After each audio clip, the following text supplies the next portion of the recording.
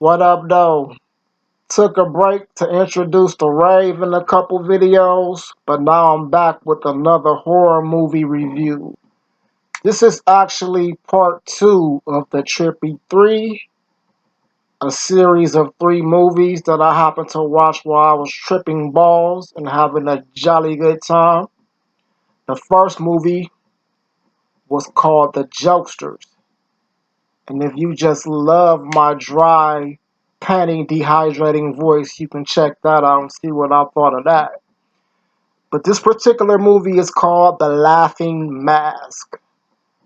So as I always do, we'll jump into the background, set the backdrop, and then I will go over what I thought about this movie.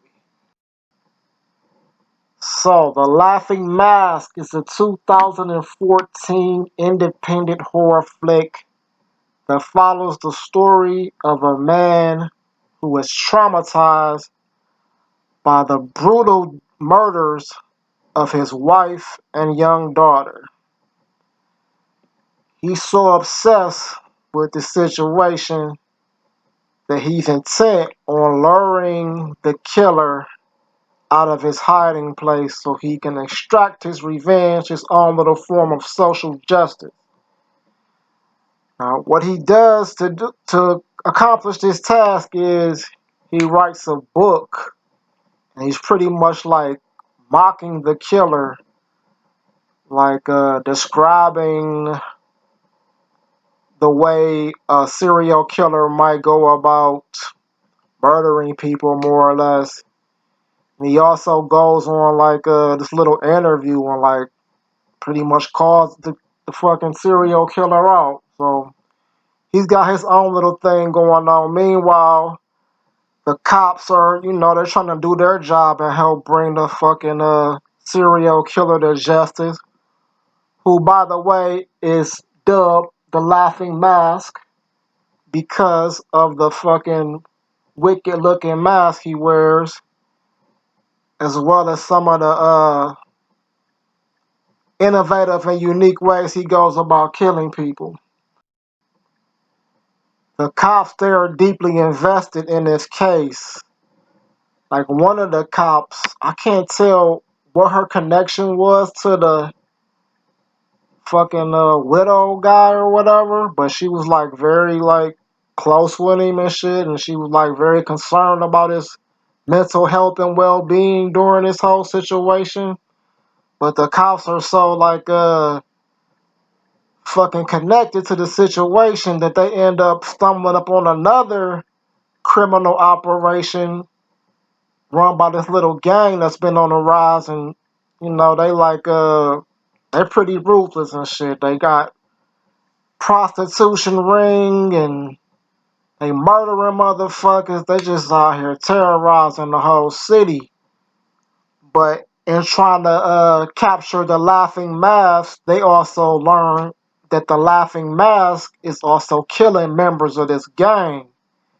And we won't learn the connection to that situation until later. So that's basically the main plot of the movie. We got Homeboy the writer and widower who's trying to find out who killed his fucking wife and young daughter. And we've got the cops, specifically 3 cops, well, I guess it's like four cops actually, who are trying to help him solve that crime. And they're also trying to put away these fucking thugs and shit called the Rankos. Now, after I finished watching this movie, my first thought was retarded brilliance. Because in many ways, this movie was just fucking retarded. For example, it's kind of like low budget, which you expect from an independent film. But like some ways, it was like overly low budget. Like the dialogue was kind of like lame as fucking spots. But I'm not sure if this was intentional or not. Like I guess they were like criminal investigators. They had this little CI. What did you call that shit? CSI, whatever you call them goofy ass motherfuckers who do forensics and all this bullshit when they come up on the fucking crime scene trying to put the pieces together and all this shit.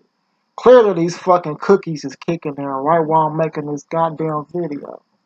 Son of a bitch. But anyway, they like make these corny little jokes and shit while they examining the dead bodies. Like very inappropriate jokes and shit. And they very fucking cheesy, but they kind of funny at the same time because they're so cheesy. It's like, I don't know. It was a weird little dynamic with that. And also the main cop played by Cheyenne Rivers, Kate O'Malley. Like when I first saw her in the movie, you could tell like she had this. I don't know if she was trying to be hard, like trying too hard to show how sexy she was. Like, ooh, I'm a girl with boobs, and well, she hot as fuck and shit. So maybe that was just me and shit, tripping my ass off and shit, seeing this shit and noticing it too much. But over time, I thought she was pretty cool and did a good job. But what stood out more than anything, and the brilliance of this movie is the fucking killer, the laughing mask. He was like a dramatic ass killer. Like he went through all these fucking crazy ass creative steps. Like he was probably related to that motherfucker Fred from the Mystery Gang and shit, Scooby Doo, because he had all these clever ass traps set up and shit, and kind of like Fred meets Pee Wee Herman and shit, Pee Wee's Playhouse and shit. He tied motherfuckers up and play this classical music and torture them before actually killing them and doing these crazy dance routines. And it was very elaborate and very clever, I thought. That was the brilliance of it. And the way it all tied up, I don't want to spoil the ending, but the way it all tied up, and once you get the final reveal of what's really going on, who's really the killer, the motivation for it, I thought it was pretty well done. And in a way, it's a very fucked up movie, very sad story.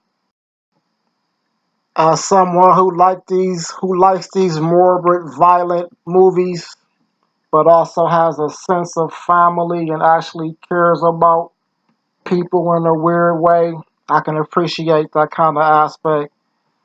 Giving it a deep meaning and shit, not just killing motherfuckers for the sake of it, actually having some meaning behind it. I thought that was pretty cool. As for the production values, I thought beyond the cheesiness, everything was pretty well done. Like the fucking, like I said, the murders was pulled off very well. The movie looked pretty good. You could tell it was low budget in spots, but in other spots it looked like a damn near like a grade A Hollywood flick. So how they was able to balance that, I don't know, but I thought they pulled it off pretty good. So overall, I really liked this movie. I don't say that a lot, but I thought it was a pretty good movie. Retarded brilliance. That's the laughing mask for you, man. And I'm going to end on that note. Peace.